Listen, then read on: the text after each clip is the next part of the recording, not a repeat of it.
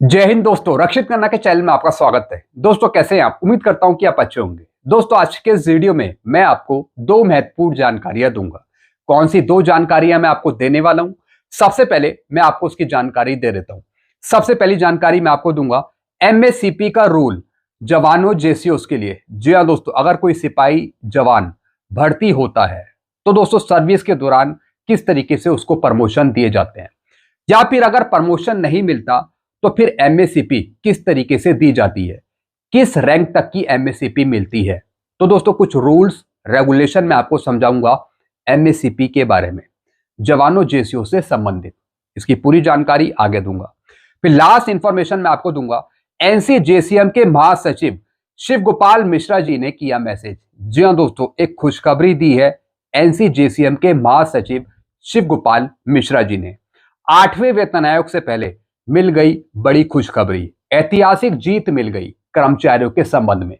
जैसे कि दोस्तों आप पीछे थंबनेल में देख रहे हैं, लिखा हुआ है बड़ी खुशखबरी, डीए 50% वृद्धि के साथ 25% बढ़ोतरी को मंजूरी। कर्मचारियों की मांग पूरी, 25% बढ़ोतरी, डीए 50% होने पर। 8 सीपीसी से पहले खुशखबरी। जी हाँ दोस्तों, जैसा आपको बताया पहले सरकार ने कहा था कि अगर डीएडीआर 50% से ऊपर क्रॉस कर जाता है तो आपके कुछ भत्ते अलाउंसेस बढ़ जाएंगे। तो दोस्तों इसी पर एक जबरदस्त मांग पूरी हो गई है कर्मचारियों की। मैं किस बारे में बात कर रहा हूं आगे समझाऊंगा शिव गोपाल मिश्रा जी का मैसेज दिखाकर। तो दोस्तों बस यही दो जानकारियां जो मैं आपको देने वाला हूं, इसलिए वीडियो को आप शुरू से लेकर आखिरी तक देखेगा। जानकारियों में आगे बढ़ने से पहले एक छोटी सी अपील मैं आपसे करूंगा, और अपील है चैनल सब्सक्राइब की। देखने में आया है काफी पेंशनर्स हैं जो वीडियो तो देख रहे हैं, लेकिन अभी तक उनमें से कुछ पेंशनर्स ने चैनल को सब्सक्राइब नहीं किया। ऐसे कितने पेंशनर्स हैं? 37%। और कितनों ने किया है? 62%। तो मैं आपसे अपील कर रहा हूं, जितनों ने नहीं किया चैनल को सब्सक्राइब, वो पेंशनर्स कर्मचारी फटाफट सबसे पहले चैनल को सब्सक्राइब कर लीजिए और इस परसेंटेज को आप 62% से बढ़ाकर 100% करिए, ताकि आपको सही जानकारियां, ऑथेंटिक जानकारियां, नई जानकारियां, एडवांस जानकारियां आपको मिल पाए और मेरे आगे आने वाले वीडियो के नोटिफिकेशन भी आपको तुरंत मिल पाए। इसके लिए भी आप सबसे पहले चैनल को सब्सक्राइब कर लीजिए। चैनल सब्सक्राइब करना आपके लिए फ्री में है, आपको एक भी पैसे देने की जरूरत नहीं है। चैनल का नाम है रक्षित खन्ना। चलते हैं दोस्तों, जानकारियों में आगे बढ़ते हैं। सबसे पहली जानकारी मैं आपको दूंगा एमएससीपी के बारे में। एमएससीपी का रूल जवानों जेसीओस के लिए सिपाही से भर्ती होने पे। जी हाँ दोस्तों, अगर कोई सिपाही जवान भर्ती होता है तो सर्विस के दौरान किस तरीके से प्रमोशन दिए जाते हैं, और अगर प्रमोशन नहीं मिलता तो फिर एमएससीपी किस तरीके से दी जाती है। रूल क्या कहता है मिनिस्ट्री ऑफ डिफेंस का, भारत सरकार का। अगर कोई सिपाही या फिर जवान भर्ती होता है तो दोस्तों सर्विस के दौरान उसको एमएससीपी दी जाती है और उसका जो बेनिफिट है वो जवानों को दिया जाता है। अब दोस्तों यहां पे देखिए, 8 साल निरंतर सेवा पर फर्स्ट एमएससीपी दी जाती है एक सिपाही को। किसकी? नायक रैंक की। फिर 16 साल निरंतर सेवा पर, अगर 16 साल कंटिन्यू सर्विस करिए, 16 साल बाद फिर दूसरी एमएससीपी मिलती है। किस रैंक की? हवलदार की। फिर 24 साल निरंतर सेवा करने पर, यानी 24 साल अगर पूरा हो जाता है तो दोस्तों फिर थर्ड एमएससीपी दी जाती है नायब सूबेदार की।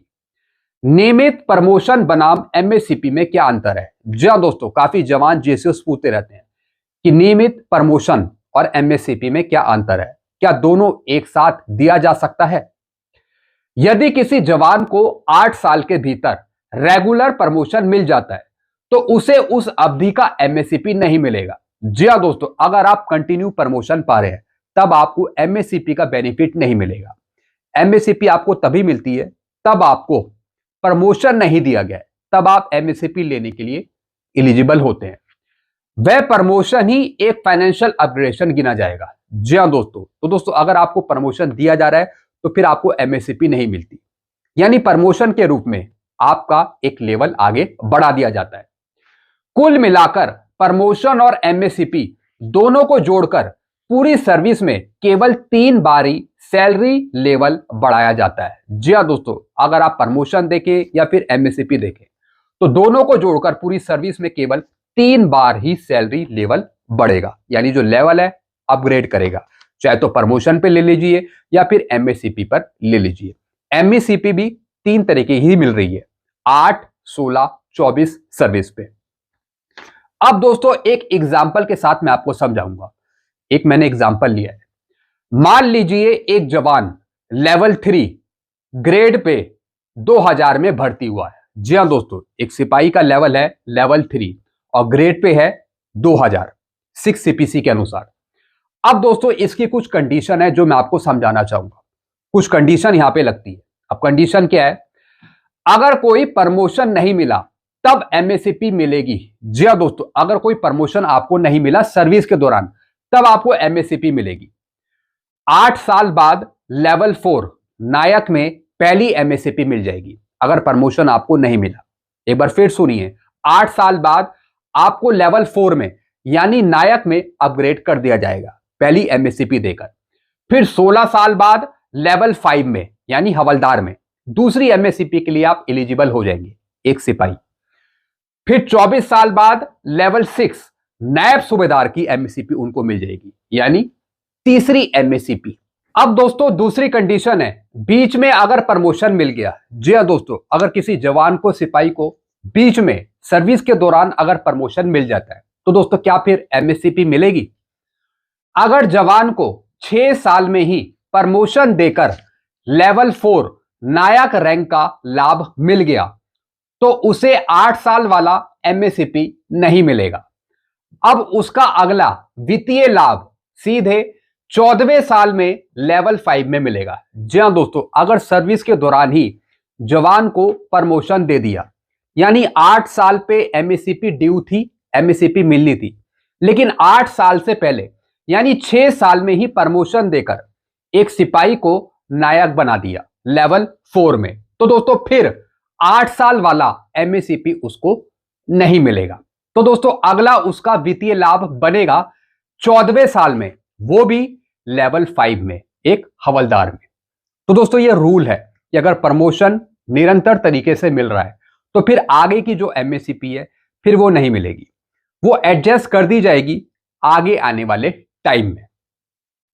अब दोस्तों महत्वपूर्ण बात यहां पे लिखी है, एमएससीपी पाने के लिए जवान का वार्षिक प्रदर्शन रिकॉर्ड एपीआर कम से कम वेरी गुड होना अनिवार्य है। जी हां दोस्तों, कम से कम एपीआर वेरी गुड होना चाहिए, कंपलसरी होना चाहिए, यानी किसी तरीके की कोई पनिशमेंट नहीं होनी चाहिए। Red ink entry, black ink entry या फिर नॉन क्वालिफाइंग सर्विस भी नहीं होनी चाहिए। ये क्राइटेरिया अगर आपका पूरा है तब आपको एमएससीपी दी जा सकती है। साथ ही साथ अगर कोई जवान है या फिर नायक है, अगर हवलदार की एमएससीपी लेना चाहता है तो दोस्तों फिर मैप रीडिंग 2 होना अनिवार्य है, कंपलसरी है मैप रीडिंग 2, वरना आपको एमएससीपी नहीं मिलेगी। इसमें केवल सैलरी का लेवल बढ़ता है, जैसे लेवल 3 से लेवल 4 ग्रेड पे के पुराने सिस्टम के हिसाब से अगला ग्रेड मिलता है। जी हां दोस्तों, पदोन्नति करके या फिर अगर पदोन्नति नहीं होती तो फिर एमएससीपी देके एक अगले लेवल में शिफ्ट कर दिया जाता है, जैसे सिपाही से नायक में, लेवल 3 से लेवल 4 में या फिर लेवल 4 से लेवल 5 में एक नायक को हवलदार बना दिया, या फिर 24 साल बाद नायब सूबेदार बना दिया एमएससीपी देकर। तो दोस्तों इस तरीके से ये कुछ रूल्स हैं एमएससीपी के जो मैंने आपको समझाए। अगर एमएससीपी एसीपी से जुड़ी कोई और चीज आपको पूछनी है या फिर कोई प्रॉब्लम है तो डायरेक्टली आप मेरे से कांटेक्ट कर सकते हैं, आपको पूरे गाइडेंस के साथ मैं आपको समझा दूंगा।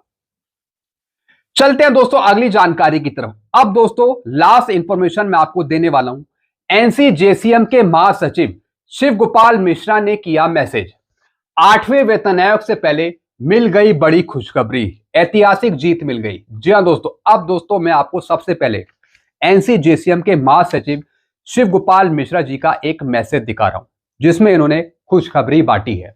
अब लिखा क्या है दोस्तों इन्होंने, आप ये देख रहे हैं, शिव गोपाल मिश्रा जी ने बताया, कॉमरेड्स, एक महत्वपूर्ण और बहुप्रतीक्षित सफलता हासिल हुई है आपके लिए, कर्मचारियों के लिए। 50% डीए वृद्धि के साथ ही अब रनिंग स्टाफ के केएमए भत्ते में 25% बढ़ोतरी सुनिश्चित हो गई है। जी हाँ दोस्तों, अब दोस्तों ये KMA होता क्या है? दोस्तों ये एक तरीके का भत्ता और अलाउंस है जिसे हम बोलते हैं किलोमीटर भत्ता या फिर किलोमीटरेज अलाउंस। अब दोस्तों ये मिलता किसे है? किन कर्मचारियों का 25% भत्ता बढ़ा दिया गया है, इसकी पूरी जानकारी मैं आपको देने वाला हूं। अब रनिंग स्टाफ के KMA यानी किलोमीटरेज अलाउंस, एक किलोमीटर भत्ता 25% बढ़ोतरी सुनिश्चित हो गई है। लंबे समय से उठाई जा रही इस जायज मांग को आखिरकार मंजूरी मिल गई है। अभी पिछले दिनों वित्त मंत्रालय सचिव और रेल मंत्री दोनों से मुलाकात में इस मुद्दे पर फिर से उनका ध्यान आकृष्ट कराया था, जिस पर उन्होंने जल्दी आदेश जारी होने की बात कही थी। जी हां दोस्तों, शिव गोपाल मिश्रा जी ने और उनके टीम्स के मेंबर्स ने वित्त मंत्रालय के सचिव से भी बात करी थी और रेल मंत्री के साथ भी बात करी थी इस मुद्दे पर। अब प्राप्त जानकारी के अनुसार रेलवे बोर्ड से इसके औपचारिक आदेश आज देर शाम या फिर कल तक जारी होने की संभावना है। जी हां दोस्तों, रेलवे बोर्ड के द्वारा आदेश जारी किया जाएगा।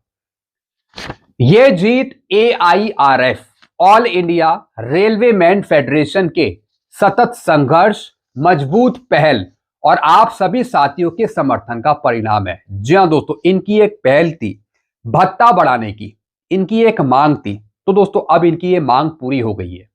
अब दोस्तों मैं आपको समझाने वाला हूं कि जो 25% KMA बढ़ाया है, जो किलोमीटर अलाउंस बढ़ाया है 25%, उसका फायदा किन कर्मचारियों के लिए है और किलोमीटर अलाउंस KMA होता क्या है, इसकी पूरी जानकारी मैं आपको समझाता हूं, तब आप बेहतर तरीके से समझेंगे।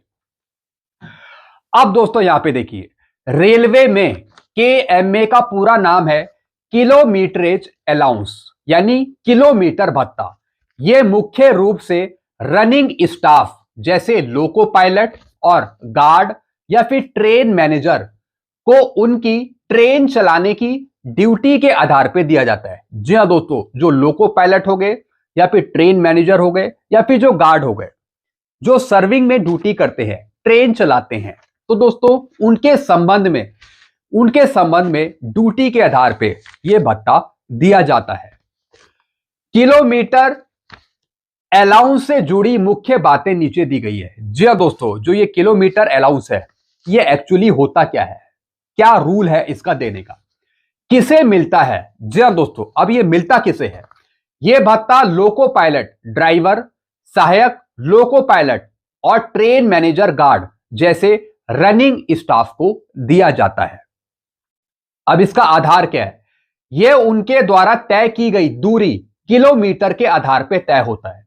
इसकी गणना प्रति 100 किलोमीटर की दर से की जाती है। जी हां दोस्तों, 100 किलोमीटर की दर से इसकी गणना की जाती है, यानी कि दोस्तों ये किलोमीटर के आधार पे ये भत्ता तय किया जाता है, यानी कितना किलोमीटर। अब ALK allowance in lieu of kilometrage, यदि कोई रनिंग स्टाफ किलोमीटर वाली ड्यूटी नहीं कर रहा, जैसे कि ऑफिस ड्यूटी या फिर स्टेशनरी ड्यूटी, तो उन्हें KMA के स्थान पर ALK दिया जाता है। अब दोस्तों यहां पर दो भत्ते दिए जाते हैं रेलवे के कर्मचारियों को। पहला भत्ता होता है अलाउंस इन ल्यू ऑफ किलोमीटरेज, जिसे हम ALK बोलते हैं। दूसरा भत्ता होता है KMA, जिसे हम किलोमीटरेज अलाउंस बोलते हैं। अब जो बढ़ोतरी करी है 25% की, वो KMA में बढ़ोतरी करी है। जो किलोमीटरेज अलाउंस है, इसको बढ़ाया गया 25%। यदि कोई रनिंग स्टाफ किलोमीटर वाली ड्यूटी नहीं कर रहा, अगर कोई स्टाफ किलोमीटर वाली ड्यूटी नहीं कर रहा, तो उसकी जगह ALK दिया जाता है, allowance is lieu of kilometre दिया जाता है। और दोस्तों जो आमतौर पर 120 किलोमीटर के बराबर होता है। जो किलोमीटर अलाउंस हो गया ये 100 किलोमीटर के बराबर, और जो ALK हो गया ये हो गया 120 किलोमीटर के बराबर। नवीनतम अपडेट मार्च 2026 की रिपोर्ट के अनुसार महंगाई भत्ता DA 50% होने के बाद KMA में 25% की बढ़ोतरी को मंजूरी दे दी है। जी हां दोस्तों, यानी जैसे ही DADR 50% क्रॉस हुआ था, तो ये डिमांड हो रही थी कि अलाउंसेस को बढ़ाया जाए। साथ ही साथ 50% DADR मर्ज करने की भी बात हो रही थी, लेकिन दोस्तों सरकार ने 50% DADR मर्ज तो नहीं किया, लेकिन 25% ये अलाउंस बढ़ा दिया। हालांकि दोस्तों अभी रेल मंत्रालय की तरफ से इस पे ऑर्डर भी जारी हो जाएंगे। तो दोस्तों महंगाई भत्ता DA 50% होने के बाद KMA किलोमीटर अलाउंस को 25% बढ़ा दिया। 25% की मंजूरी यहां पे मिल गई। अब इसका उद्देश्य क्या है? यह भत्ता ट्रेन संचालन से सीधे जुड़े कर्मचारियों को उनके द्वारा किए गए कठिन और गतिशील कार्यों के लिए प्रोत्साहित करने हेतु दिया जाता है। जी हां दोस्तों, जो दोस्तों रेलवे के कर्मचारी है उनको प्रोत्साहन करने के लिए, जो उन्होंने कठिन परिस्थितियों में ड्यूटी करी, तो उसके एवज में दोस्तों ये भत्ता दिया जाता है रेलवे के कर्मचारियों को। तो दोस्तों जिस तरीके से एक डिमांड पूरी कर ली गई है, अलाउंसेस के लेकर अलाउंसेस बढ़ा दिया गया है 25%, तो दोस्तों अब इसी तरीके से जो 50% DADR है उसे भी मर्ज कर देना चाहिए। जी हाँ दोस्तों, ये बात 50% DADR की हो रही है कि 50% DADR क्रॉस हुआ तो सरकारी आदेश के अनुसार अलाउंसेस बढ़ा दिए जाते हैं, जैसे कि दोस्तों ये बढ़ाया 25%। तो दोस्तों अब DADR 50% को भी मर्ज कर देना चाहिए, क्योंकि दोस्तों ये भी डिमांड कहीं ना कहीं शामिल है। जो शिव गोपाल मिश्रा जी की डिमांड मानी गई है, इसमें कहीं ना कहीं 50% DADR को भी मर्ज कर देना चाहिए। आगे चलकर एक और डिमांड मानी जानी चाहिए, ऐसी हम उम्मीद करते हैं। जिस तरीके से 25% किलोमीटर अलाउंस को बढ़ाया गया है रेलवे के कर्मचारियों के लिए, ठीक इसी तरीके से DADR 50% क्रॉस हो चुका है।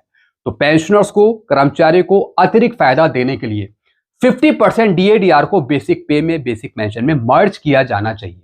जी हाँ दोस्तों, तो दोस्तों हम उम्मीद करते हैं कि सरकार अब ऐसा करे। तो दोस्तों एक डिमांड तो यहां पे पूरी हो गई रेलवे के कर्मचारियों की। उम्मीद करता हूं कि जो बाकी डिमांड है वो भी जल्द से जल्द पूरी हो जाए। तो दोस्तों ये शिव गोपाल मिश्रा जी की ही पहल थी, उनके कारण ही ये चीजें पॉसिबल हो पाई है। अब देखते हैं कि उनके कारण और क्या क्या चीजें सरकार आगे मंजूर करती है, चाहे वो 8CPC से संबंधित हो या फिर 50% DADR मर्ज करने से संबंधित हो। देखते हैं दोस्तों आगे क्या क्या होता है। तो दोस्तों ये मैंने आपको एक छोटी सी खुशखबरी दी रेलवे के कर्मचारियों से संबंधित, और MSCP के कुछ रूल समझाए। ऐसी जानकारियां आपको बराबर मिलती रहेंगी। सारी जानकारियां पाने के लिए आप चैनल से जुड़ सकते हैं, चैनल को सब्सक्राइब कर सकते हैं। चैनल का नाम है रक्षित खन्ना, और वीडियो को शेयर करना मत भूलेगा। Thank you so much.